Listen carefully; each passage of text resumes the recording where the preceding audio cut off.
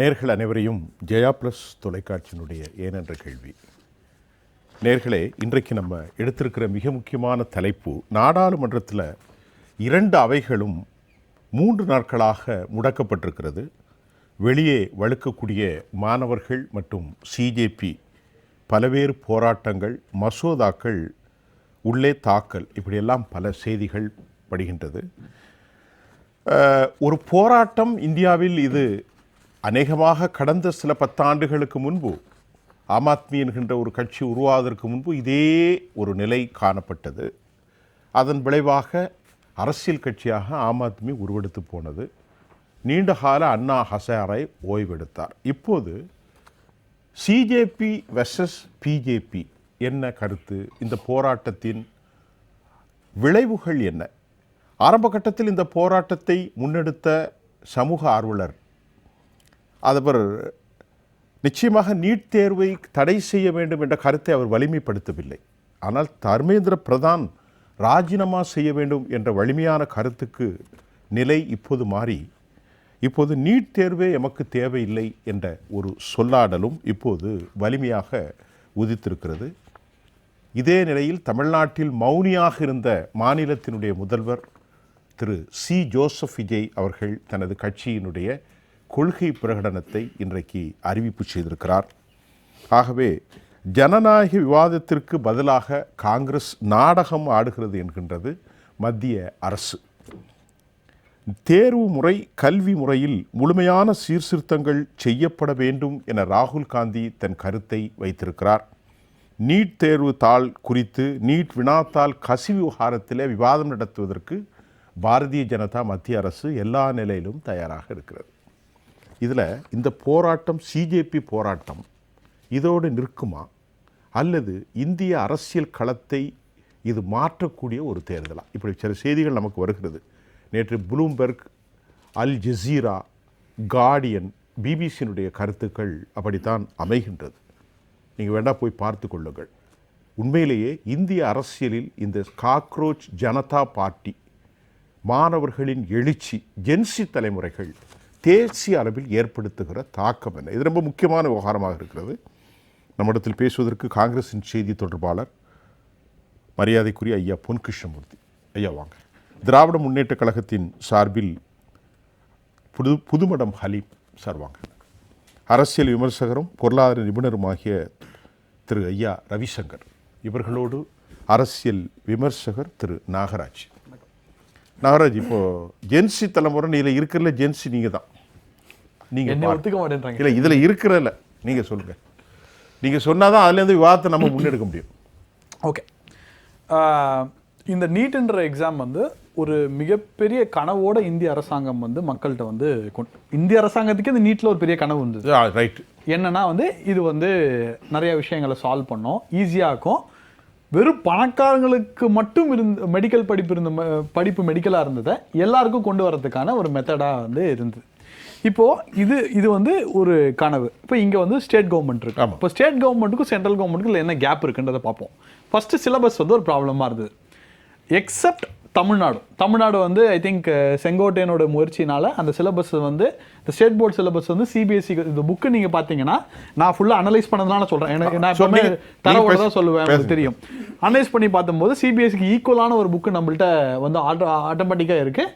So நம்மளோட state board syllabus வந்து it's equipped to CBSE. But other இப்போ இந்த எக்ஸாம் வந்து இந்தியா முழுக்க காமனாக இருக்கும்போது அதர் ஸ்டேட் சிலபஸில் இது எப்படி இருந்தது அப்படின்ற ஒரு சில குழப்பங்கள்லாம் வந்து இப்போது அந்த இது வந்து நார்மலைஸ் ஆச்சு. இந்த சப்ஜெக்ட் வைஸ் வந்து எல்லா ஸ்டேட்டுமே வந்து அதை எக்யூப் பண்ணி இந்த வருஷம் வந்து 11 லட்சம் பேர் பாஸ் பண்ணியிருக்காங்க.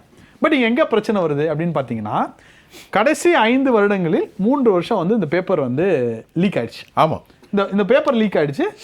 சிடிஏவோட வேலையே என்னன்னா, ஒரு எக்ஸாமை எவ்வளோக்கு ஈஸியாக நடத்த முடியும், அதே நேரத்தில் எவ்வளோ தரவாக நடத்த முடியும்னா எங்கேயும் மிஸ்பிளேஸ் இல்லாமல், எங்கேயும் வந்து பேப்பர் லீக் ஆகாமல் நடத்த முடியும் அப்படின்றது தான் வந்து சிடிஏவோட பெரிய வேலை. ஆனால் அதில் ஒரு சின்ன பெரிய குளறுபாடு சொல்ல மாட்டேன், பெரிய குளறுபாடு தான்.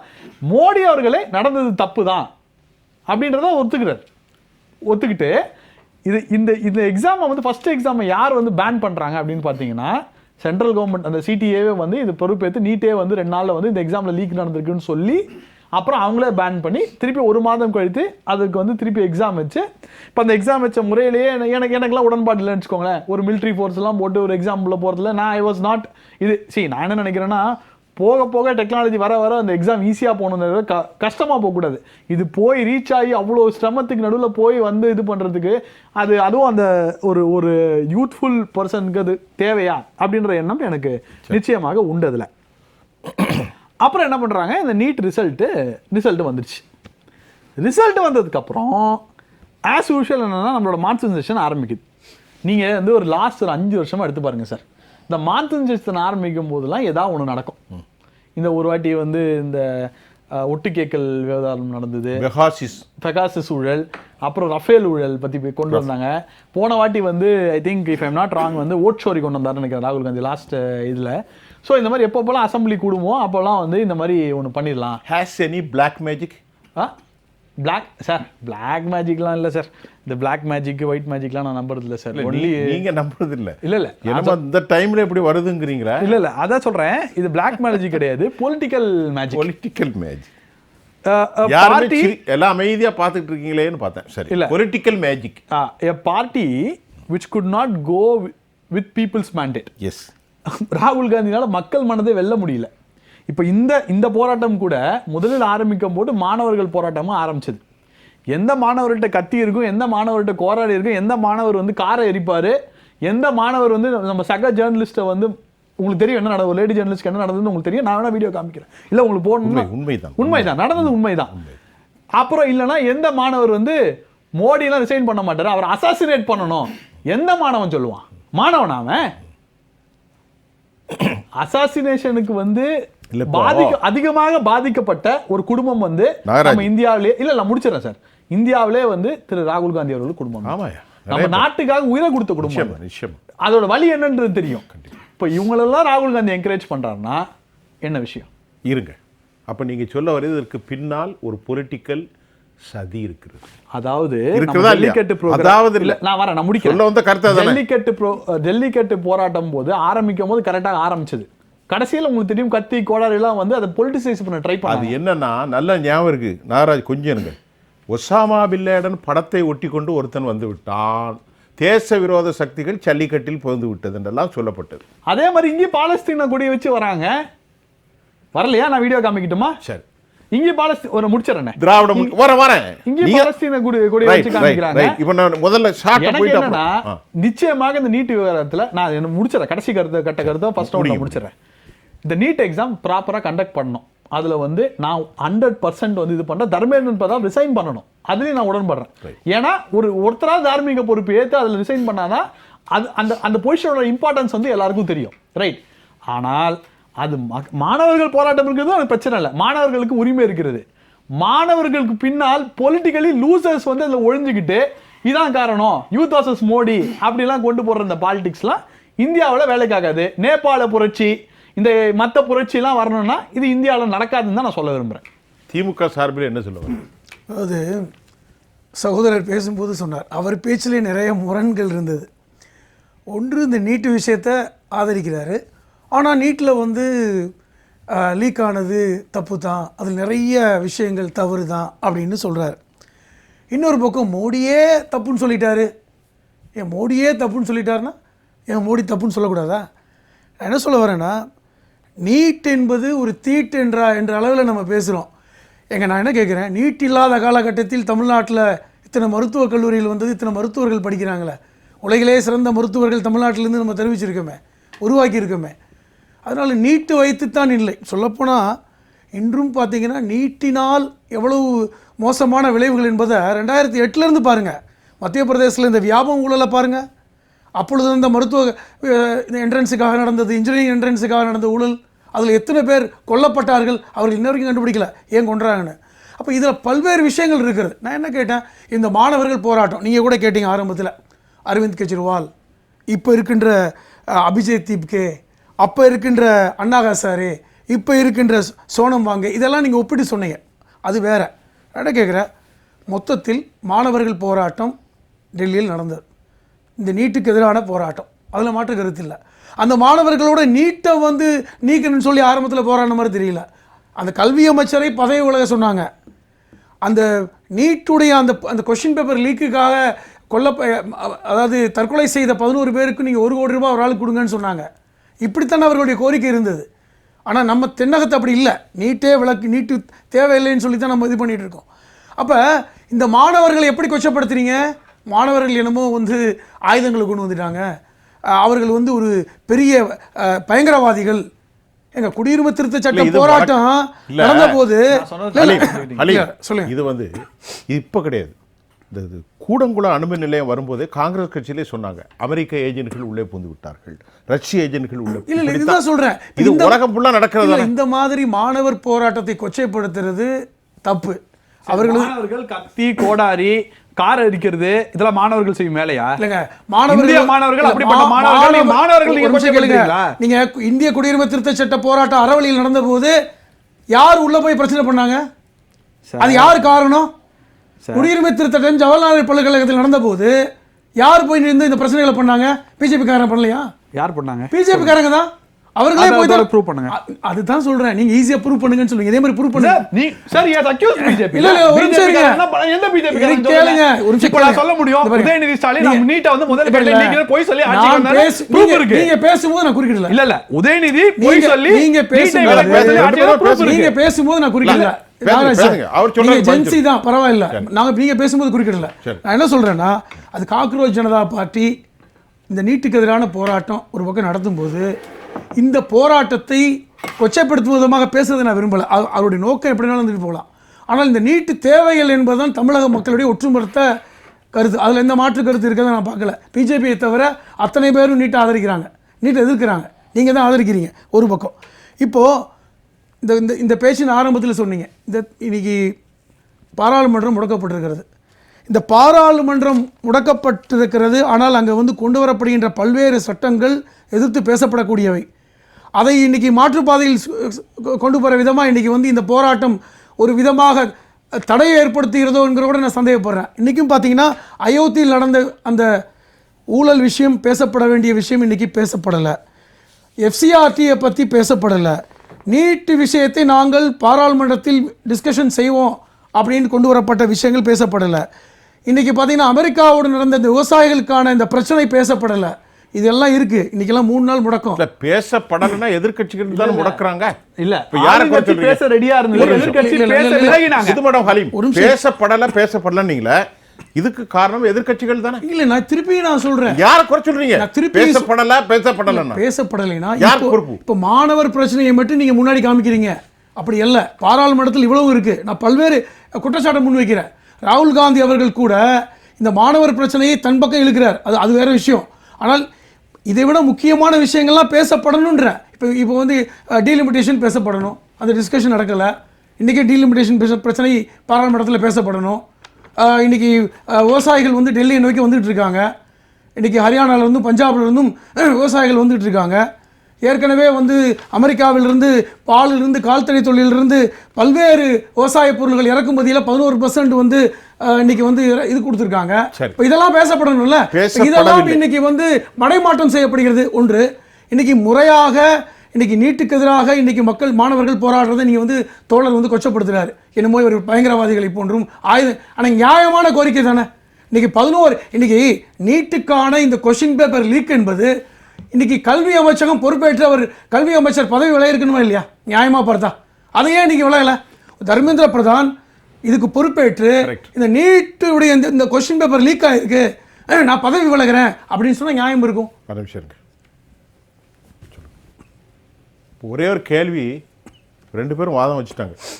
தர்மேந்திர பிரதான் இத்தனை லட்சம் பேர் கூடின பிறகும் ஏன் சார் ரிசைன் பண்ணல? ஒரே வேற வேலை. இவ்வளோ லட்சம், இவ்வளோ மக்கள், இவ்வளோ பெரிய ப்ரொட்டஸ்ட் இந்தியா ஃபுல்லாக பரவி இருக்கு. ஒரே ஒரு மினிஸ்டர் வச்சுக்கிட்டு இருக்கணுமா? ஒரே ஒரு கேள்வி, அதுக்கு பதில் சொல்லிட்டு மற்ற கதை சொல்லுவோம். இந்த ஒரு மினிஸ்டர் ரிசைன் பண்ணணும் Dharmendra Pradhan. Yes, morally he can take a responsibility, moral responsibility okay அப்படிங்கலாம். ஆனால் பின்னாடி நீங்கள் வரலாற்று இதெல்லாம் திருப்பி பாருங்கள். எந்த அளவுக்கு மெயினாக கேட்குறேன்,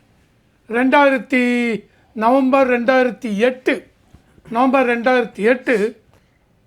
மும்பை பாகிஸ்தான் தீவிரவாதிகள் மும்பைக்குள்ளே வந்து 160 165 பேர் மெயின் ரோட்டில், ரயில்வே ஸ்டேஷனில், பஸ்ஸில், தாஜ் காரமெண்டல் ஹோட்டல் அங்கெல்லாம் சுட்டு தள்ளினாங்க. ஆமாம். அப்போ யார் பொறுப்படுத்துனாங்க? இவங்க கேட்குறாங்கல்ல, நீட்டு இது பிரைம் மினிஸ்டரே, பிரதானமந்திரி தர்மேந்திர பிரதான் மட்டும் இல்லை, பிரைம் மினிஸ்டரை ரிசைன் பண்ணுங்கிறாங்க. அன்றைக்கு எந்த பிரைம் மினிஸ்டர் ரிசைன் பண்ணார்? ரொம்ப டிஸ்கஷனுக்கு அப்புறம் அப்போ ஹோம் மினிஸ்டராக இருந்த உமா சாண்டி நினைக்கிறேன், இல்லை கேரளா சேர்ந்தவர், ஐயோ சிவராஜ் சிங் பாட்டீலா, ஐ திங்க் ஸோ. சரி. அவர் அதுக்கப்புறம் நிறைய டிஸ்கஷன், ரைட். அதுக்கப்புறம் ரிசைன் பண்ணார். அதாவது சார் இவங்க மாரல் ரெஸ்பான்சிபிலிட்டி எடுத்துக்கணுங்கிறாங்க. எஸ், அந்த விதத்தில் நான் ஒத்துக்கிறேன். ஆனால் பயங்கரவாதிகள் கொல்லப்பட்டது எல்லாருமே நம்ம எதுக்குறோம், அதுல எந்த மாற்று கருத்து அது இல்லை. என்ன சார், மாணவர்கள் பயங்கரவாதிகள் கொல்லப்பட்டால் அது எப்படி சரியா இருக்கு? இல்லை இல்லை, அது எப்படி சரியா இருக்கும்? பொறுப்பு நான் முடிக்கிறேங்க சார். பயங்கரவாதிகள் உள்ள கொல்லப்பட்டது என்றால் என்ன பிரச்சனை? உங்க கவர்னன்ஸ் போறவில்லை, இன்டெலிஜென்ஸ் ஃபெயில் ஆயிடுத்து, அதனால தான் உள்ள வந்தாங்க, அவங்கள தடுத்து நிறுத்த முடியவில்லை, அதனால தான் உள்ளாச்சு. So there is a failure on the part of the government. அதனால பொறுப்பெடுத்துக் கொண்டு ஹோம் மினிஸ்டர் ரிசைன் பண்ண. சமீபத்துல காஷ்மீர்ல வந்தாங்களங்க, உங்க ஆட்சியில உள்துறை அமைச்சரா இருக்கின்ற பாஜக ஆட்சியில. இல்ல இது நீங்க சொல்றதால சொல்றேன். இப்ப காஷ்மீர்ல வந்தாங்களே, சுற்றுலா போன பயணிகளை சுட்டு வீழ்த்தினாங்களே, இதுக்கு என்ன பண்ண போறீங்க? டாபிக் மாற வேணாம்னு நினைக்கிறேன். நீங்க என்ன கேட்டீங்க? திருப்பி சொல்றதா சொல்றேன். அத வேணா. நீங்க பேசும்போது சார் ஒரு நிமிஷம் இது பாட்டி வாங்க. இப்ப நான் முன்னாடி சொல்லிட்டேன் இல்லையா, moral responsibility he can take it. ஆனால் இதை பெரிய ஒரு போராட்டம் நடத்தி தர்மேந்திர பிரதான் ரிசைன் பண்ணி தான் ஆக வேண்டும் அப்படின்னு சொன்னா 2008 நவம்பர்ல அப்ப எங்க போச்சு உங்க தார்மீக இது? அப்ப என்ன எங்க போச்சு? That is my question. அதை தாண்டி வர இப்போ இதை தாண்டி வரும்பொழுது சிஜேபி பெரிய இது பண்ணாங்க, ப்ரொட்டஸ்ட் பண்ணாங்க.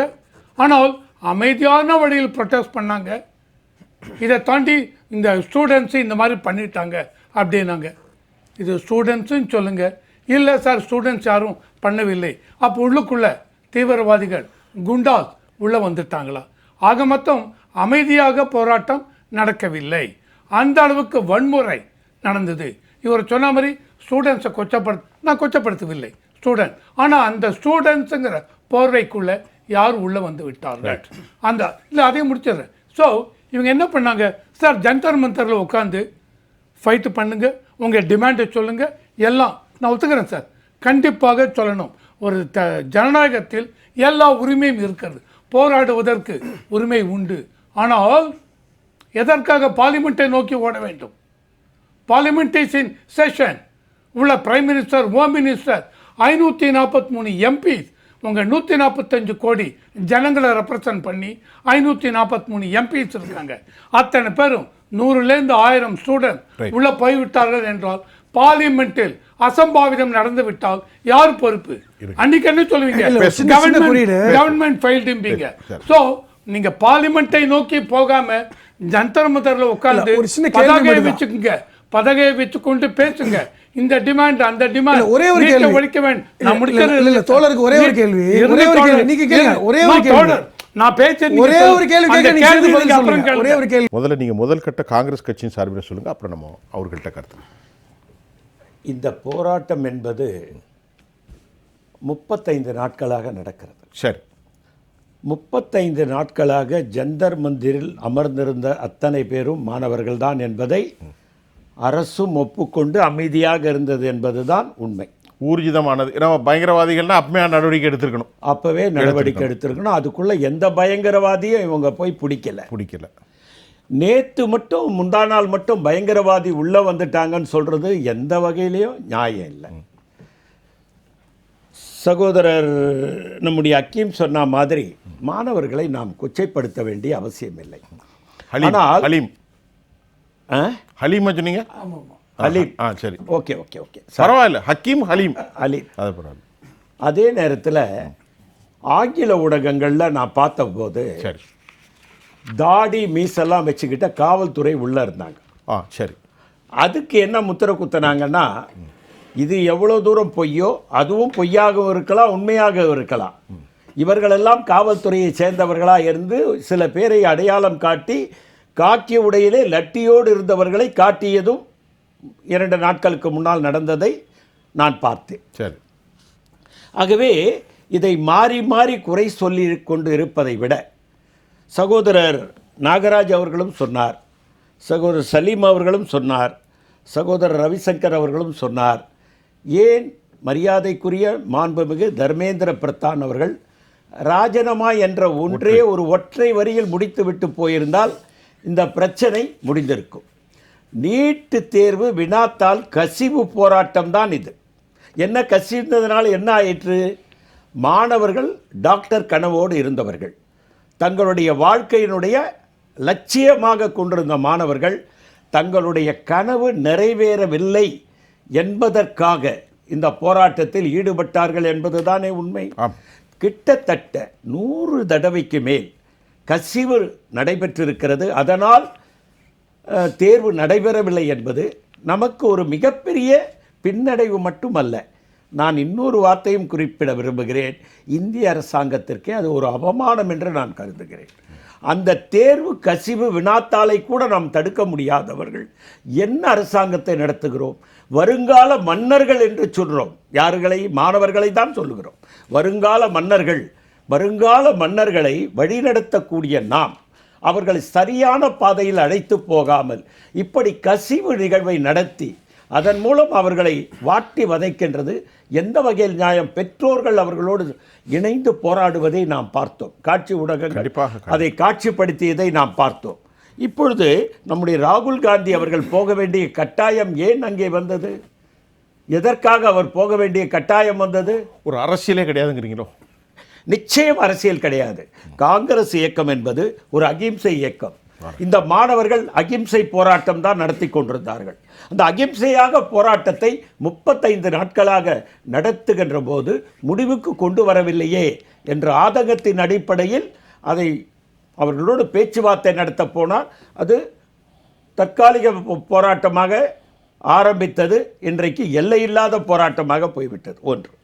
இரண்டாவது, ஏன் அவர் ராஜினாமா செய்ய வேண்டும் என்று ஐயா ரவிசங்கர் கேட்டார். நான் ரவிசங்கர் 2-3 ஆதாரத்தை தாஜ் ஹோட்டல் தாக்கப்பட்ட சம்பவத்திற்கு யார் ரெஸ்பான்ஸ் பண்ணா, யார் ரிசைன் பண்ணா அவரே சொன்னார். அவர் கேட்கிறார், சிவராஜ் பாட்டீல் ராஜினாமா. நான் கேட்கிறேன், நாடாளுமன்றம் தாக்கப்பட்டது.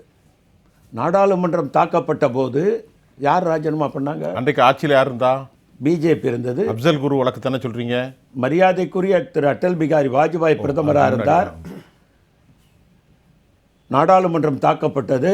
எண்ணற்ற உயிர்கள், நாடாளுமன்ற ஊழியர்கள் நாடாளுமன்றத்தை பாதுகாத்து துப்பாக்கியோடு காத்து நின்ற அதுல அவர் சொன்னார் பார்த்தீங்களா, 543 எம்பிக்கு உள்ள இருந்தால அந்த பாதுகாப்புக்கு இருந்தவர்கள், பிரதமர்கள், அமைச்சர்கள் இருந்த அந்த அவையிலே தைரியமாக உள்ளே வந்து சுட்டார்களே, அங்கே ஃபெயிலியர் ஆயிடுச்சு.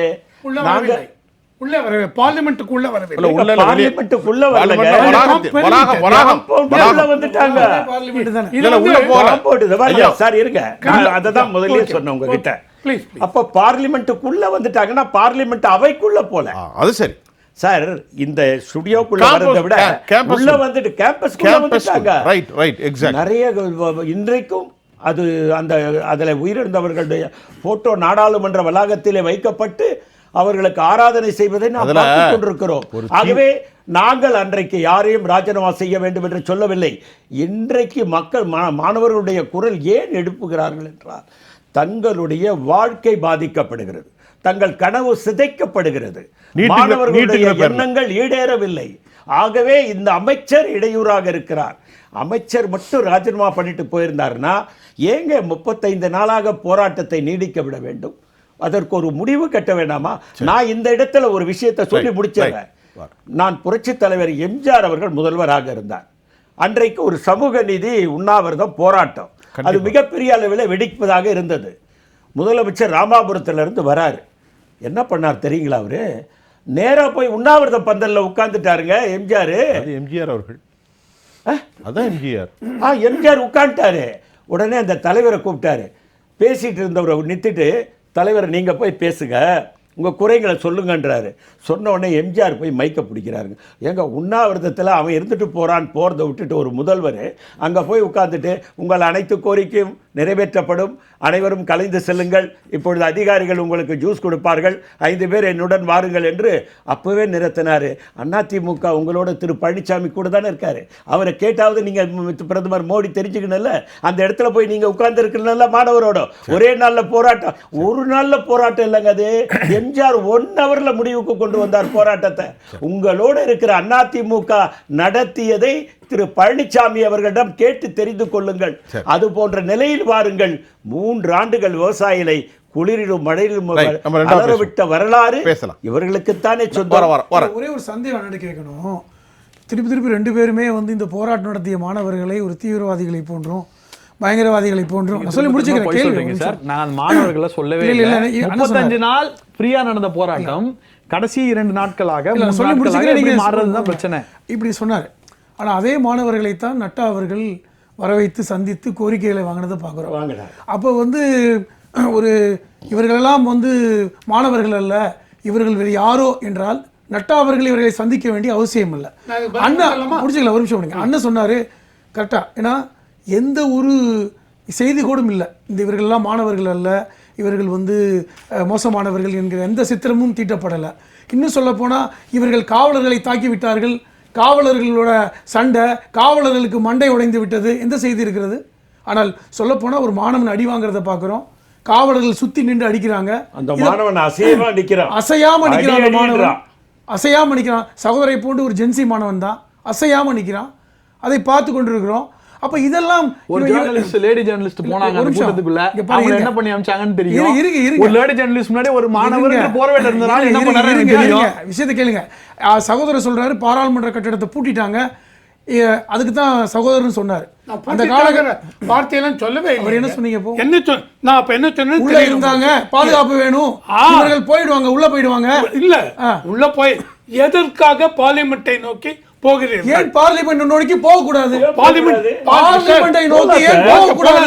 சார், பரந்துபட்ட ஜனநாயகத்துக்கு அதுல அனுமதி இருக்கு. சார், நம்ம என்ன இருக்கு சார். பார்லிமெண்டை நோக்கி இதுவரைக்கும் போன வரலாறு நிறைய இருக்கு. நீங்க என்ன சொன்னீங்க? ஒருத்தர் பேசும்போது குறுக்க பேச, நான் பேசும்போது நீங்க அவருக்கு குறுக்க பேசுறீங்க. நான் பேசும்போது குறுக்கிடுறீங்க. நீங்க முடிச்சாச்சு. நான் முடிக்கல. சரி, முடிங்க. பார்லிமெண்டத்தை நோக்கி பார்லிமெண்டத்தை நோக்கி போவது என்பது ஒரு தேச விரோத செயல் அல்ல. இந்திய குடிமக்கள், இந்திய மாணவர்கள் பாராளுமன்றத்தில் தான் அவங்க செய்தியை சொல்லணும், உள்ள போகல. இப்ப இதுக்கு வந்து ஒரு பெரிய குத்தத்தை செய்ய முடியாது. ஒன்று.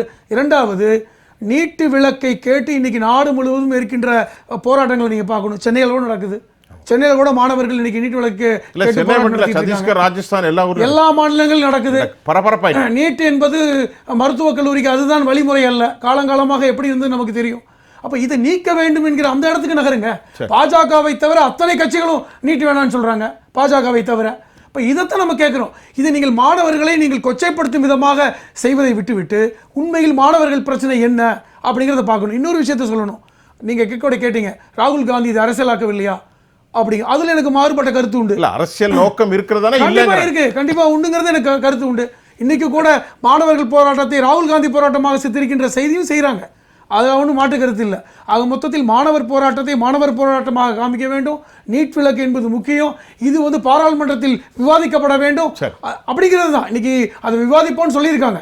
அதுக்கு முன்பாக இந்த ஒன்றிய பாஜகவுடைய கல்வித்துறை அமைச்சர் ஏன் ராஜினாமா செய்ய மறுக்கிறார் அப்படிங்கிறது பார்த்தா நான் என்ன நினைக்கிறேன், அவர் அடிப்படையில் ஒரு ஆழ்ந்த RSS, அவரை நீங்க நீக்க முடியாது என்பதுதான் என்னுடைய. நாகராஜ், இப்போ இந்த போராட்டம் வந்து தேசிய அளவில் பெரிய அளவுக்கு ஒரு எஃபெக்டை ஏற்படுத்தியிருக்கு, ஒரு ட்ரெமெண்டஸ் எஃபெக்டிவ். எப்படி பார்க்குறீங்க? இது எப்படி போகும் சார்? சிடிஏல சேஞ்சஸ் வேணும்னு சொல்லிட்டு, அதாவது எந்த கட்சியில் பாஜகவுக்கு நிறைய பேரே வந்து பர்சனலாக ஃபீல் பண்ணுற விஷயம், அது வெளியில் ஓப்பனாக சொல்ல மாட்டாங்க. பட் எல்லாருமே சொல்கிறது வந்து சிடிஏல வந்து ஒரு சேஞ்ச் வேணும். சிடிஏல சென்ட்ரல் டெஸ்ட் ஏஜென்சியில் வந்து ஒரு சேஞ்சஸ் வேணும், மெத்தடில் சேஞ்சு, சாரி என்டிஏல வந்து ஒரு சேஞ்சஸ் வேணும். ஏன்னா வந்து இன்னைக்கு டெக்னாலஜி வளர்ந்துட்டு இருக்கிற ஒரு சிச்சுவேஷன் இது ஒன்று இருக்குது. இதிலே வேற ஒரு ப்ரொபோசலும் இருக்குது. என்ன அப்படின்னா, எல்லாரும் போர்டு எக்ஸாம் எழுதுறாங்க. போர்டு எக்ஸாம் எழுதும்போது கடைசியாக இந்த எக்ஸாமையும் சேர்த்து முடிச்சிடலாம். ஸோ அந்த லிமிட்டை வந்து கிராஸ் பண்ணலான்னு போது திருப்பி இங்கே என்ன இது வருது பிரச்சனை வருதுன்னா ஸ்டேட் போர்டு சென்ட்ரல் போர்டுன்னு 2 போர்டு இருக்கும்போது அந்த ஒரே எலெக்ஷன் நான் முடிக்கிறேன் சார் நான் முடிக்கிறேன் ஒரே பரீட்சை. ஸோ இது ஒரே பரீட்சை தானே சார், ஒரே நாள் ஒரே பரீட்சை தானே நீட் எக்ஸாம், எல்லா ஸ்டேட்டுக்கும் ஒரே இது தானே, மாற்றிலாம் இல்லையே. ஸோ அந்த மாதிரி வைக்கலாமா? ஸோ நிறையா இஃப்ஸ் அண்ட் பட்ஸ் நிறைய இதில் இருக்குது. ஸோ என்டிஏல ஒரு ரிஃபார்மேஷன் கண்டிப்பாக கொண்டு வரணும். ரைட், பல விஷயங்களை ரிஃபார்ம் பண்ண மோடி அவர்களால் இதில் செய்ய முடியுன்ற நம்பிக்கை எல்லாருக்கும் இருக்குது.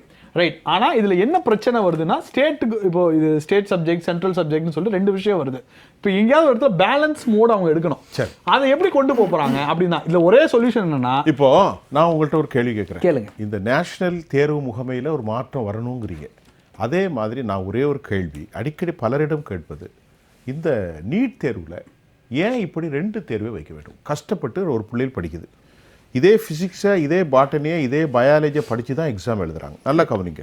மறுபடியும் என்ன டெஸ்ட்டு? இன்றைக்கி மன உளைச்சலுக்கு 21 பேர் இறந்திருக்கிறார்கள், தற்கொலைகள். இப்போது இந்த டெஸ்ட்டால் இது லீக்கேஜ் ஆனால பல பேர் தற்கொலை செய்யக்கூடிய வாய்ப்புகள் உண்டு, மன உளைச்சல் வரும். எனக்கு என்ன கேள்வின்றால், ஒருவர் பரீட்சை எழுதுகிறார், ஒரு கேள்வி கேட்கிறேன், நானும் யூனிவர்சிட்டியில் படிச்சுட்டு தான் வந்திருக்கேன். அவர் மருத்துவத்திற்கு செல்ல வேண்டும் என்றால் அந்த டெஸ்ட்டை எழுதிட்டு போயிடுறது. இல்லைனா +2க்கு ஒரு எக்ஸாம், +2க்கு ஃபிசிக்ஸ் கெமிஸ்ட்ரி பயாலஜி, அப்புறம் ஒரு தேர்தல் anatomy evolution ecology cell biology mathematics. இதனால் என்ன லாபம்? ஒரே டெஸ்ட்டாக வைங்க, இதில் சேஞ்ச் பண்ணுறதுக்கு தான் நீங்கள் குரல் எழுப்புறாங்க. நல்ல விஷயம் தான், நீட் நல்ல விஷயம் தான். அதை ஏன் ஒரு தேர்தலாக வைக்காமல் 2ஆக வைக்கிறீர்கள்? +2ல் 1 வைக்க வேண்டும். +2ல் மார்க் எடுத்துட்டோம், 200 அவுட் ஆஃப் ஒரு பேஷன் 100 அவுட் ஆஃப் 29, இதில் தோல்வி அடைஞ்சிருது, தற்கொலை பண்ணிக்கிறாங்க. சார் ஒரு சும்மா ஒரு ஆலோசனை, இது கேள்வி கேட்டு நடக்க வேண்டும் என்று சும்மா ஒரு ஆலோசனை. நானும் எல்லாரும் இது பண்ணுறேன். இங்க பாருங்க, ரைட், நீங்க எது படிச்சாலும் சரி, எங்க போனாலும் the world is competitive. அது உண்மைதான். அது இன்னைக்கு வந்து நான் ஒரு வேலைக்கு போகணும்னு நினைக்கிறேன்னு வச்சுக்கோங்களேன். முன்ன வந்து என்னன்னா வந்து ஸ்ட்ரெயிட்டா ரெஸ்யூம் கொடுத்து பண்ணாலும் இப்போ எல்லாம் சைக்கோமெட்ரிக் டெஸ்ட்ல இருந்து எல்லாமே பாஸ் பண்ணிட்டு தான் நீங்க ஃபைனல் ரவுண்டுக்கே போக முடியும். உண்மையில எல்லா இடத்துலயும் there is a competition. இந்த காம்படிஷன்ல என்ன ஆகுது அப்படின்னா பணம் உள்ளவங்களுக்கு இந்த காம்படிஷன் ரொம்ப ஈஸியா ஆயிடுது. நீட் மாதிரி ஒரு எக்ஸாம் இல்ல, உண்மைதான். பணம் இருக்கிறவங்களுக்கு ரொம்ப ஈஸியா ஆயிடுது காம்படிஷன், அவர்களுக்கு அதுக்கான வாய்ப்பு இருக்கு. பணம் இல்லாதவங்க எங்க போவான்? பாவம், அவ்வளவுதான்.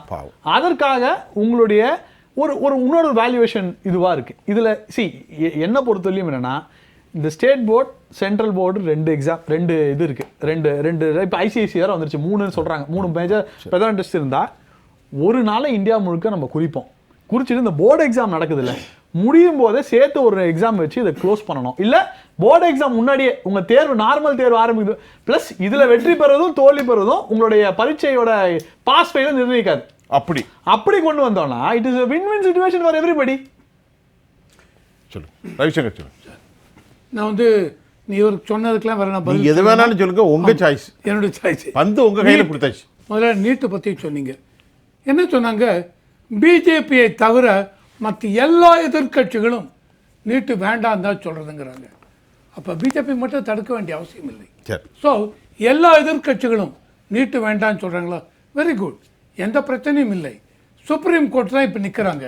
சுப்ரீம் கோர்ட் ஜட்ஜ்மெண்ட் கொடுத்த பிரகாரம் நீட்டு தான் கண்டிப்பாக வேணும்னு எல்லா எதிர்கட்சிகளும் பார்லிமெண்ட்டில் பேசுங்க, பேசி முடிச்சு ஒரு ரெசல்யூஷன் கொண்டாங்க, ஒரு இதை கொண்டு வந்து இம்ப்ளிமெண்ட் பண்ணுங்க, இஷ்யூ முடிஞ்சு போயிடுது. ஓகேவா? இப்போ நீங்க சொன்ன பாயிண்ட் ரொம்ப வேல்யூபிளான பாயிண்ட். எஸ், நாங்க எல்லாரும் மக்களால் தேர்ந்தெடுக்கப்பட்ட ரெப்ரசன்டேட்டிவ் ஒரு முடிவு எடுத்து அத ஜுடிஷியல்ல புட் பண்ணா ஓகே முடிஞ்சு பிரச்சனை இல்லையே. எங்க இது வந்து அப்ப ஏன் இவர்களுக்குள்ள அந்த இது? அதான் சொல்றேன், எல்லாமே பிஜேபி தான் காரணம். பிஜேபி தான் காரணம். நீட்டு தேர்வு நீட்டு தேர்வு டிஎம்கே சொன்னாங்க எங்களுக்கு ரகசியம் தெரியும், நாங்க எல்லாம் முடிச்சுடுறோம், நாங்க பண்ண முடியவில்லை. இப்ப எல்லாம் சொல்றாங்க பிஜேபி தான். இல்லை, நீங்க அத்தனை எதிர்கட்சிகளும் இதுக்கு குரல் கொடுங்க, பார்லிமெண்ட்ல குரல் கொடுங்க, நீட்டை நீக்கணுங்க. எல்லா எதிர்கட்சிகளும் இவ்வளவு பேசுற ராகுல் காந்தி, எனக்கு இதுக்கு ஆல்டர்னேட்டிவ் இருக்கு. ஒரு பிரசன்டேஷன் எவ்வளவு ஓட்ஸ் வரைக்கும் பிரசன்டேஷன் பண்ணா, இப்போ ஒரு பிரசன்டேஷன் பண்ணி எல்லாத்தையும் பிரசன்டேஷன் பண்ணிட்டு இருக்காரு. ஐ ஹேவ் a subjective இதுக்கு எனக்கு ஆக்கப்பூர்வமான சொல்யூஷன் இருக்கு, வந்து எடுத்து பண்ணுங்க. I have an alternative. ராகுல் காந்தி என்ன பண்றாருன்னா, தன்னுடைய பொலிட்டிக்கல் ஃபெயிலியர், நான் முடிச்சிடறேன், சாரி தப்பாச்சுக்காத, தன்னோட பொலிட்டிக்கல் ஃபெயிலியர் வரும்போதெல்லாம் ஏதாவது ஒரு சாக்கு சொல்லி ஒழிஞ்சுக்கிறார். இதுவுமே என்னன்னா மாணவர்கள் வாரம், போராட்டத்தை நான் முடிச்சிடுறேன். ரவிசங்கர். ராகுல் காந்தி சார், சொல்லுங்க. ரவிசங்கர் சார், வார, வார. நாடாளுமன்றத்தில் எந்த இடத்துல ஒளிஞ்சாரு வார, நீங்க வார, சொல்லுங்க. வார, வார. ரவிசங்கர் சார் முடிக்கட்டும். ஸோ நிறைய நேரம் இருக்கு. ரெண்டாவது இந்த பார்லிமெண்ட் இவங்க சொல்றாங்க இல்லையா, இன்னைக்கு 3வது நாளா பார்லிமெண்ட். ஒரு நாளைக்கு இவங்க சொல்றது 9 கோடி ரூபாய் ஆகிறது பார்லிமெண்ட் செஷன். 2 நாள் முடிஞ்சு போச்சு, 18 கோடி லாஸ். என்னுடைய பாயிண்ட் என்ன தெரியுமா சார், உங்களுக்கு எல்லாருக்கும் குறை இருக்கும் சார், எல்லா கட்சிகளுக்கும் தவறு இல்லை. என்ன பண்ணுங்க, பார்லிமெண்ட் ஆரம்பிக்கிறதா, எதுக்காக நீங்க தர்ணா பண்றீங்க பார்லிமெண்ட்டுக்குள்ள, மக்களுக்கு தெரியணும் எங்களுடைய இதை நாங்கள் எதுக்காக, தவறு இல்லை. என்ன பண்ணுங்க, பார்லிமெண்ட் ஆரம்பிக்கிறதுக்கு முன்னாடி 1 hour பார்லிமெண்ட் வெளியில் நின்னுங்க. 10 மணிக்கு ஆரம்பிக்கிறதா, 11 மணிக்கு உள்ள வாங்க பார்லிமெண்ட்டுக்குள்ள. 1 hour பார்லிமெண்ட் வெளியில் நின்று உங்கள் குறையெல்லாம் பிளக்கார்டு வச்சுக்கோங்க, எல்லாம் வச்சுங்க, கத்துங்க. கத்தி முடிச்சுட்டு எல்லா ப்ரெஸ்ஸும் பார்க்கட்டும், எல்லா ப்ரெஸ்ஸும் டிவியில் போடட்டும். உங்கள் இது பூரா மக்களுக்கு போய் சேருகிறது. 1 hour கழித்து பார்லிமெண்ட்டுக்குள்ளே வாங்க. இன்னைக்கு என்னென்ன பில்லு, என்ன debate. This is constructive way of handling the parliament session. ஒரே ஒரு கேள்வி. அதாவது நம்முடைய மரியாதைக்குரிய ரவிசங்கர் சார் என்ன சொல்றாரு, 1 hour வெளியில இருக்கணும். அவர் ஐடியா கொடுக்குறாரு. இல்ல அந்த ஐடியா இந்திய ஜனநாயகத்திற்கு நம்ம இங்கிலாந்து ஜனநாயக சட்ட நடைமுறைகளை பயன்படுத்தி தான் நம்ம இங்கே ஆட்சி நடத்திட்டு இருக்கோம். அந்த இதுபடி ஜனநாயக முறைப்படி நாடாளுமன்றத்தில் எதிர்த்து குரல் கொடுப்பது தான் நாடாளுமன்ற அவையில் பதிவு செய்யப்படும். அது காலகாலத்திற்கும் ரெக்கார்டா இருக்கும். புரியுற மாதிரி சொன்னா அவைக்கு உள்ளதான் பண்ணணும், உள்ளதான் பேசணும். இது எப்படின்னா, இப்பவும் நீங்க இங்கிலாந்து நாடாளுமன்றம் கூடும்போது தயவு செய்து பாருங்க, ஆங்கில ஊடகங்களை பாருங்க, அங்க நாடாளுமன்றத்தில் சபாநாயகரை முற்றுகையிட்டு சில கருத்துக்கள் பதியப்படும். அது நாடாளுமன்ற பதிவேட்டிலே இருக்கும், ப்ரொசீடிங்ஸ்ல ரெக்கார்டா இருக்கும். அதை பண்ணணுங்க. வெளியில நின்று கத்திட்டு பிரஸ்காரங்க எழுதிட்டு மக்கள் பேப்பர்ல படிச்சுட்டு அதோட தூக்கி போட்டு போற மேட்ரு இல்ல. அது ஒரே பாயிண்ட் சார் சொன்னாரு. சொல்லுங்க, என்ன சொல்ல வரனால், வெளியில நின்று உங்க இது சொல்றீங்களா, உள்ளுக்குள்ள அடுத்தது என்ன சொன்ன, உள்ள வந்து விட்டு நீங்க என்ன பண்ணுங்க, இன்னைக்கு என்னென்ன பில்லு என்ன அதை பத்தி டிபேட் பண்றீங்க. டிபேட் பண்ணும்போது உங்க பாயிண்ட் எல்லாம் சொல்லுங்க. ஆனால் it should be a constructive way of debate. அதை விட்டு எல்லாத்தையும் கிழிச்சு தூக்கி போடுறது, பார்லிமெண்டை நடக்க விடாம பண்ணுவேன். டாக்டர் மன்மோகன் சிங் ஆட்சியில் நீங்க ஒரு பத்திரிகையாளர், மூத்த நெறியாளர், நீங்க கொஞ்சம் உங்க ஞாபகத்தை பின்னோக்கி கொண்டு சொல்லுங்க. டாக்டர் மன்மோகன் சிங்கை அம்மையார் சுஷ்மா ஸ்வராஜ் அவர்களும் மரியாதைக்குரிய மறந்த திரு அருண்ஜேட்லி 2 பேரும் நல்ல பார்லிமெண்டேரியன். ஆமா, அதுல எனக்கு கடுகளவு கூட சந்தேகம். எங்க வாட்டி வதைச்சு நாடாளுமன்றத்தை ஒரு நாள் கூட நடத்த விடலைங்க. 45 நாள் ஒரு முறை நாடாளுமன்றம் நடந்தது, 1 மணி நேரம் நடத்த விடலை சார். அப்போ நான் என்ன சொல்றேன், உங்களுக்கு வந்தா ரத்தம், எங்களுக்கு வந்தா தக்காளி சட்னியா? நாங்க நாடாளுமன்றத்தை முடக்குகிறோம் என்று சொன்னால் நீங்க மட்டும் 10 ஆண்டுகள் எதையாவது செய்ய, நீங்க எல்லாம் வெளியே போவதுக்கு அப்புறம் தான் சட்டமன்றத்தில் இப்ப என்ன பண்றாங்க, நாடாளுமன்றத்தில் எல்லாரையும் வெளியேற்றி விட்டு சட்டத்தை நிறைவேற்றுகிறார்கள். பின்புற வாசல் வழியாக சட்டத்தை நாங்க அப்படி கூட பண்ணல, எல்லாரையும் அமர வைத்து செய்தோம். ஆனால் நீங்கள் எழுந்து வெளியே போனீங்க. மன்மோகன் சிங் ஆட்சியில் எவ்வளவு நல்ல திட்டங்கள் கொண்டு வந்தோம். இன்றைக்கு நீங்க என்னென்ன சொன்னீங்க, 2 கோடி பேருக்கு வேலை தர. நீங்க இன்னைக்கு இந்த மாணவர் போராட்டம் வெடிப்பதனுடைய இன்னொரு சாராம்சம் இருக்கிறது. வேலையில்லா திண்டாட்டம் தான் அந்த மாணவர்களை இது போன்ற இந்த காக்ரோச் மரியாதைக்குரிய ஆதரவு. ஐயா, மரியாதைக்குரிய நீதிமன்றத்தினுடைய நீதிபதி ஐயா அவர்கள் வேலையற்றவர்களை ஒட்டுண்ணிகளும் காக்ரோச்சுங்கிறார். அதாவதுங்க, அதனால் தான் இந்த இயக்கத்தையே ஆரம்பித்தேன். சிஜேபி நீதிபதியால் தான் இந்த இயக்கத்தையே ஆரம்பித்தேன்னு சொல்றாரு அந்த தம்பி அபிஜித் திப்கே சொல்றாரு. நீதிபதி தான் எங்க அந்த இயக்கத்தை ஆரம்பிப்பதற்கு தூண்டுகோலாக இருந்தார் என்று சொல்லுகிறார். அதையும் நீங்க கவனிக்க. லாஸ்ட் செஷன் இப்போ நம்ம முக்கியமா இந்த போராட்டத்தை பத்திலாம் பேசியாச்சு. இப்போ தமிழ்நாடு முதலமைச்சர் சி ஜோசப் விஜயின் அறிக்கை வெளியாகி இருக்கிறது. நீட்டுக்கு எதிராக குரல், அதில் சமாதானமே இல்லை, அதை தெளிவுபடுத்தியிருக்கிறார். இது நாள் வரைக்கும் திமுக எல்லாரும் சொன்னாங்க, பிஜேபி எதிர்த்து திரு விஜய் பேசுறதே இல்லைன்னு இப்போ அறிக்கை விட்டுருக்கார். இதை பற்றி என்ன சொல்ல வரீங்க ஜோ, நீங்கள் சொல்லுங்கள். இல்லை, ஆரம்பத்தில் வந்து திரு ஜோசப் விஜய் அவர்கள் வாய் திறக்கல இந்த பிரச்சனை நடக்கும்போதெல்லாம். இன்னைக்கு திறந்துட்டார்ல. கேளுங்க, நான் சொல்கிறேன். அவர் கொடுத்த ஃபர்ஸ்ட் அறிக்கை என்னன்னா, அங்கே இருக்கின்ற போராட்டக்காரர்களுக்கும் காவலர்களுக்கும் நடந்த ஒரு ஒரு கைகலப்பு போன்று தான் அவருக்கு அறிக்கை கொடுத்தார். அப்படிலாம் கொடுக்கல. இல்லை, அப்படி தான் கொடுத்தார். இன்டர் இருக்கு அவரோட அஃபிஷியல்ஸில். அதுக்கப்புறம் இப்போ நீங்கள் கொடுத்துருக்கா, இதை பாருங்க, நான் படிக்கிறேன். இப்போ கொடுத்தது நீட் தேர்வு குளறுபடிகளை எதிர்த்து டெல்லியில் நடைபெற்ற இளைஞர்கள் போராட்டத்திற்கு ஆதரவாக களமிறங்கிய மக்களவை எதிர்க்கட்சி தலைவர் திரு ராகுல் காந்தி அவர்கள் உள்ளிட்ட தலைவர்கள் பலர் கைது செய்யப்பட்டது போட்டிருக்கார். இதுதான் ஜனநாயகத்துக்கு எதிரானது. கடைசியா தமிழக வெற்றி கழகம் தனது இந்த இதுக்கு முழு ஆதரவை தெரிவிக்கும் அப்படி சொல்லிட்டு ஒரு நிமிஷம் கன்கரண்ட் லிஸ்ட்ங்கற பேச்சு அதான் சொல்ல வரேன். ரெண்டு விஷயம் சொல்ல வரேன். கல்வி என்பது மாநில பட்டியலில் இருக்க வேண்டும் என்று தெரிவிக்கிறார். ரெண்டு விஷயம் அதை தான் சொல்ல வரேன். ஒன்று, அதுக்கு வரேன். இப்போ இது வந்து எதுமோ ராகுல் காந்தி போராட்டம் மாதிரி ராகுல் காந்திக்கு ஆதரவு கொடுக்குறார். ஆனால் இந்த மாணவர்களை எதிர்த்து மாணவர்களை அடக்குமுறை செய்த உள்துறை அமைச்சர், அவருடைய காவல்துறை தான். உள்துறை அமைச்சருக்கு எதிராக எந்த கருத்தும் இல்லை. எப்படி சொல்றீங்க? இந்த கருத்து வரணும் அப்படிலாம் சொல்ல முடியாது. ஒரு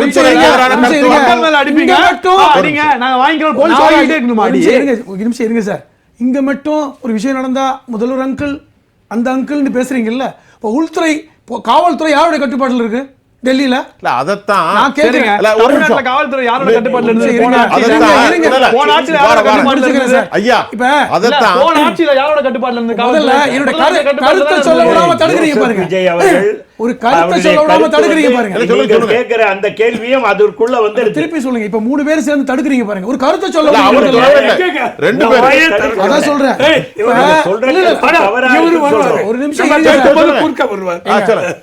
நியாயம் எனக்கு தெரியல, பரவாயில்ல. அதாவது இப்ப வந்து இந்த வார்த்தை நான் எதுக்கு சொல்றேன், எதுக்கு இதை சொல்றேன் அப்படின்னா, கொஞ்சம் கூட ஒன்றிய அரசை அவர் எதிர்த்து பேசல. அவர் எதிர்த்து பேச போறது இல்ல. பேசக்கூடாது நீங்க நினைக்கிறீங்க. கண்டிப்பா பேச மாட்டார். பேசக்கூடாது நீங்க நினைக்கிறீங்க. இல்லங்க, பேசணும்னு நினைக்கிறோம். எப்படி அவர் பேசணும். பேசிட்டு வர எங்க பேசினாரு? ஜனநாயக அடக்குமுறைங்கற. ஜனநாயக அடக்குமுறைங்கற.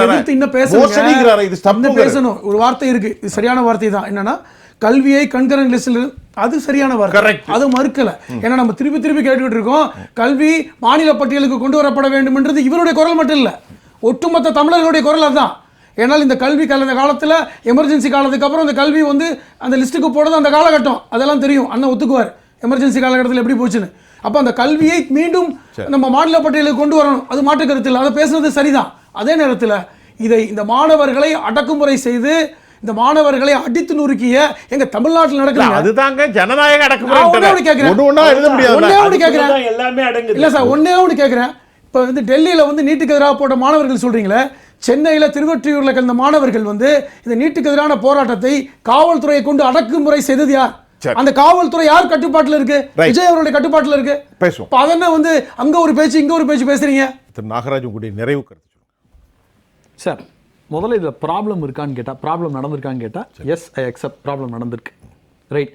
மாணவர்கள் போராடினாங்களா கேட்டால், மாணவர்கள் போராடுறதுக்கு எல்லா உரிமையும் இருக்குது, அதுலேயும் இந்த மாட்டுக்கு இருக்குது. ஆனால் மாணவர்கள் போராட்டத்திற்குள் மோடியை அரசியலில் வீழ்த்த முடியாதவர்கள் மாணவர்கள் பின்னாடி ஒழிஞ்சு வேலை செஞ்சாங்கன்னா அது இங்கே வேலைக்காகாது.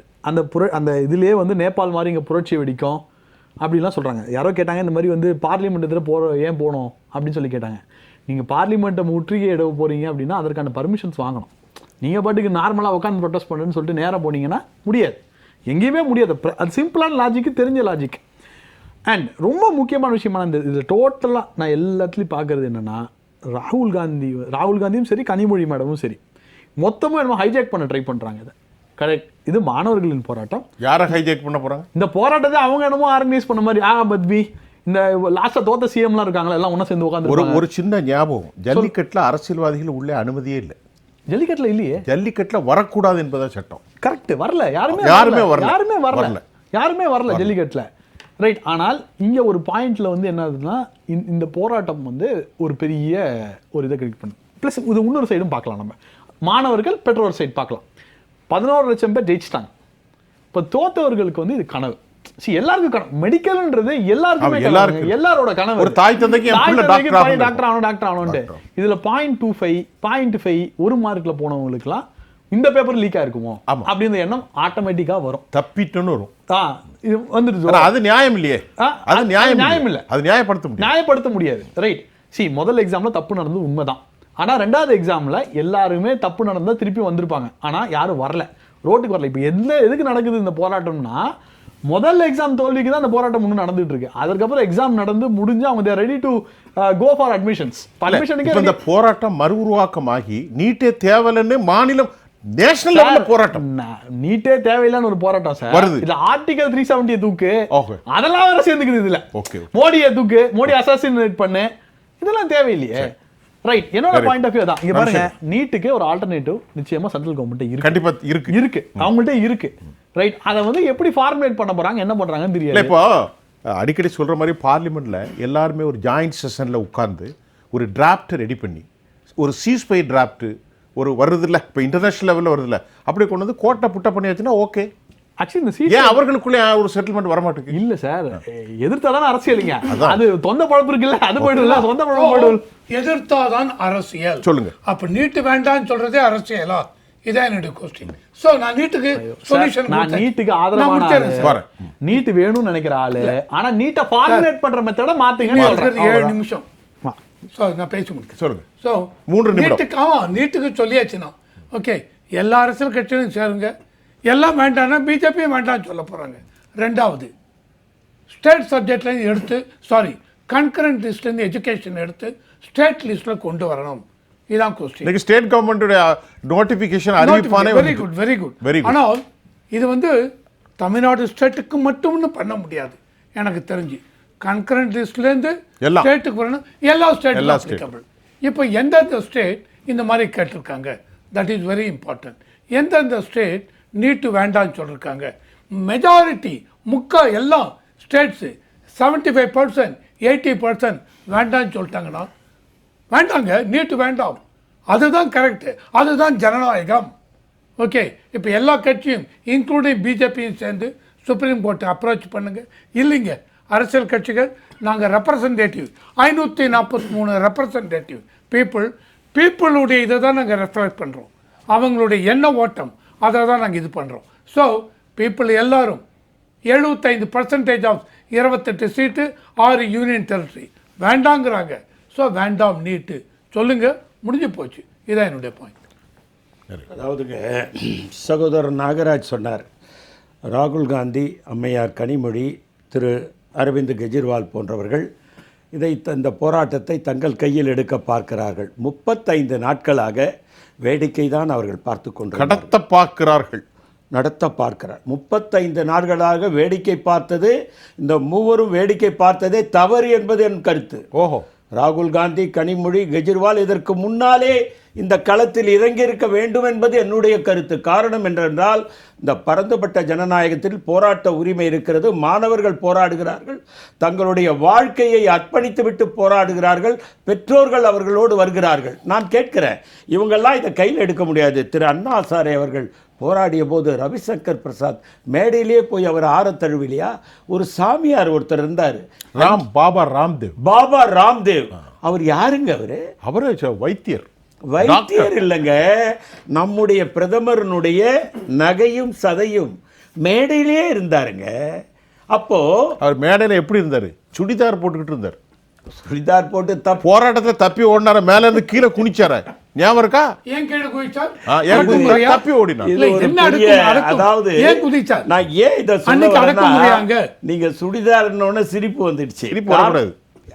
காரணம் என்னன்னா, அப்படிப்பட்ட காட்சி ஊடகங்கள்லாம் அதை காட்டினாங்க. ஆங்கில சேனல்ல அந்த சுடிதார் ஒரு நிமிஷம் அந்த சேனல்ல அப்படி ரவுண்டு போட்டு காட்டினாங்க. அந்த போராட்டமே வேறு. எனக்கு ஒரு வருத்தம் உண்டு அந்த போராட்டத்தில். காங்கிரஸ் அந்த வழக்கை தீர விசாரித்து ராஜா கனிமொழியை கைது செய்திருக்க வேண்டும். தீர விசாரிக்காமலே கைது செய்து எங்கள் அப்பன் குதிர்க்குள்ள இருந்து மாட்டிக்கிட்டு திரு அண்ணா ஹசாரேவை குல்லா போட்டுட்டு வந்து உட்கார வச்சது யார் தெரியுமா? மோடி கிடையாது. இன்றைய பம்பாயினுடைய முதல்வர், மகாராஷ்டிர முதல்வர் பட்னவியாசனுடைய கண்டுபிடிப்பு தான் அண்ணா ஹசாரே. நீங்கள் எல்லாம் பின்னால் இருந்து அவரை இயக்கிவிட்டு நடக்காத 2G ஊழலை நடந்த மாதிரி சொல்லி இன்ன வரைக்கும் மத்தியிலே காங்கிரஸை ஆள விடாமல் பண்ண நீங்க மட்டும் அதில் தலையிடலாம். நாங்களும் ராகுல் காந்தியும் கனிமொழியும் கெஜ்ரிவாலும் தலையிட்டா தவறா? கரெக்ட். இன்னும் சீக்கிரமா போய் தலையிட்டிருக்க வேண்டும் என்பது என்னுடைய கருத்து. சரி, வேற என்ன? அதான் எனக்கு ஒரே ஒரு கருத்து தான், ஒரு கருத்தை ஒரே ஒரு கருத்து தான். அண்ணன் சொன்னார், அப்போ நீங்கள் நீட்டு பிடிக்கலைன்னா நீங்கள் நீதிமன்றம் போய் எல்லாரும் சேர்ந்து அதுக்கு ஒரு வெர்டிக்ட் வாங்கி அது பண்ணால் பண்ணிடலாமே. நான் என்ன கேட்குறேன், ஏற்கனவே நீதிமன்றம் வந்து இந்த தலைமை தேர்தல் கமிஷனருக்கு ஒரு கொலிஜியம் போட்டாங்க யாரெல்லாம் இருக்கணும் அப்படின்னு. அதையே இவங்க சட்டம் போட்டு மாற்றினாங்க, தலைமை நீதிபதியே மாற்றிட்டாங்க. இப்படி இருக்கக்கூடாதுன்னு. அதனால தவறான கருத்து. நான் முடிச்சுக்கிறேன் சார். எதுக்கு இவ்வளவு பதட்டப்படுறீங்க? தவறான கருத்து சொல்லி முடிச்சதுக்கு சொல்லுங்க. அதுல இல்லையே அந்த 3 பேர் கொண்ட கொலிஜியத்தில் தலைமை நீதிபதி இல்ல, அடுத்த ரேங்க்ல இருக்கிற ஒரு கேபினட் மினிஸ்டர் தலைமை நீதிபதி வேணும்னா ஆர்டினன்ஸ் கொண்டு வந்தாச்சு. ஆர்டினன்ஸ் கொண்டு வந்தா சட்டத்துறை சொல்லி அமைச்சர் முடிக்கிறதுக்குள்ள ஏன் சார் இவ்வளவு பதட்டம்? இப்ப அமித்ஷா இருக்கு, ஏன் பதட்டப்படுறீங்க? நான் சொல்லி முடிச்சுக்கிறேன் சார், அதை கூட விட மாட்டேன்றீங்க. அப்ப ஒரு ஜுடிஷியல் விஷயத்துல போய் பண்றது மாதிரி சொல்றாங்கல்ல, அதை எப்படி பாஜகவுடைய ட்ராக் ரெக்கார்டு பண்ண முடியாது. இதெல்லாம் இருக்கு. ரெண்டாவது ஒரு விஷயம், இந்த நீட் விஷயத்துல நீட் விஷயத்துல சகோதரர் கூட சொன்னாரு ஒரு புதிய ஆல்டர்னேட்டிவ் விஷயங்கள்லாம். ஆனா அது இந்த நீட்டுங்கிறது ஒரு பெரும் பணம்ங்க. இந்த இந்த இதுக்கு பின்னாடி இருக்கின்ற அது பணம் கொலிக்கின்ற ஒரு விஷயம். சென்னையில ஐயா ஒரு சின்ன நம்ம நாகராஜ் ரவிசங்கர் சார், சில பள்ளிகளில் +2க்கு +1 அட்மிஷனுக்கு 4 லட்ச ரூபா 5 லட்ச ரூபா வாங்கிடுறாங்க. நீட் கோச்சிங் ஆரம்பத்தில் 2.5 அதான் சொல்ல நீட் கோச்சிங்க்கு தனியா. இப்ப சாதாரண ஏழை பிள்ளைகள் இந்த 2 லட்சம் 4 லட்சம் எப்படி கொடுப்பாங்க? அதுதான் கேள்வி. அதான் கேள்வி. பெரிய டிஸ்பாரிட்டி இல்ல? ஆமா. இப்போ சகோதரர் நாகராஜ் ஒரு கருத்து சொன்னார். நாகராஜ் ஈக்குவல் ஆப்பர்ச்சுனிட்டி ஸ்பேஸ் ஆகுது ஒரு பாயிண்ட்ல. சிலபஸ் எல்லாம் வந்து ஏன்னா ஆட்டக்காரன் மகன் நாகராஜ் ஒரு கருத்து சொன்னார். நான் முடிச்சிரேன். நீட்டின் காரணமாக இருமா ஒரே நிமிஷம். நீட்டின் காரணமாக பணக்கார குழந்தைகள் தான் படிக்க முடியாமல் ஏழை குழந்தைகளும் வராருன்னு. இப்போ நான் என்ன கேட்குறேன், நீட் எக்ஸாம் எழுதணும்னாவே அந்த பள்ளி குழந்தை 5-6 லட்ச ரூபா கொடுத்து போய் படிக்கணும்னா எந்த ஏழை குழந்தை நீட் எக்ஸாம் எழுது 5-6 லட்சம் எப்படி வரும்? நீட் எக்ஸாம் எழுத வாங்குறாங்க, கோச்சிங்ல சேரணும். கோச்சிங் இல்ல சாரி, நீட் தேர்வு எழுதன்னு சொல்லல, கோச்சிங்ல. நான் இங்க பாருங்க, ஒரு விவசாயி பையன் அப்படி 5-6 லட்சம் கொடுத்து போய் சார் எல்லாத்துக்கும் பணம் வேணும்ன்ற அவசியம் வந்து கண்டிப்பா ரைட் சார். இதுல நான் மாறுபடுறேன். ரைட், இன்னைக்கு வந்து 10th 12th ஸ்பெஷல் கிளாஸ் போட்டு கோச்சிங் போனாதான் பாதியம் பாஸ் ஆவான்ற ஒரு இதை வந்து வந்துருச்சு. தேவையில்லைங்க. அதே மாதிரி இப்போ இந்த நீட்டுக்கும் கோச்சிங் போனாதான் பாஸ் பண்ண முடியும் அப்படின்ற ஒரு நிலைமை யாருக்கும் தெரியாது. ஒரு மலைவாழ் மக்கள், ஒரு கிராமத்தில் இருக்கவங்க, பின்தங்கிய வகுப்பை சார்ந்தவங்க +2 வரைக்கும் படிச்சுட்டு இருக்காங்க. அவங்க நிறைய மார்க் எடுத்து ஒரு மருத்துவ கல்வி கனவுக்கு போறாங்க, நீங்க தடுக்கிறீங்க. ஒரு பணக்காரங்க வசதி படைத்தவங்க நீட் கோச்சிங் போனாதான் எடுக்க முடியும்னா எந்த வகையில் சமூக நீதி நியாயம் இருக்கிறது? நேயர்களே, இன்றைக்கு நாடாளுமன்றத்தில் ஏற்பட்டிருக்கக்கூடிய அந்த குழப்பம் வெளிப்புறமாக நடக்கிற பெரிய போராட்டம் இந்தியா முழுவதும் மாநிலங்களில் பற்றி வருகிறது. இது தற்போது ஒரு நீட்டுக்கானது தானா? அந்த அதாவது தேர்வுத்தால் கசிவு மட்டுமா? இது பின்னால் இப்படியே வலுவாகி அது எந்த விதமான அரசியல் மாற்றங்களை ஏற்படுத்த போகும் தெரியாது. கொஞ்சம் பொறுத்திருந்து பார்ப்போம். அப்படி ஏற்படுத்த போகிறதா என்றால் அதுவும் விவாதிக்க வேண்டியதான்.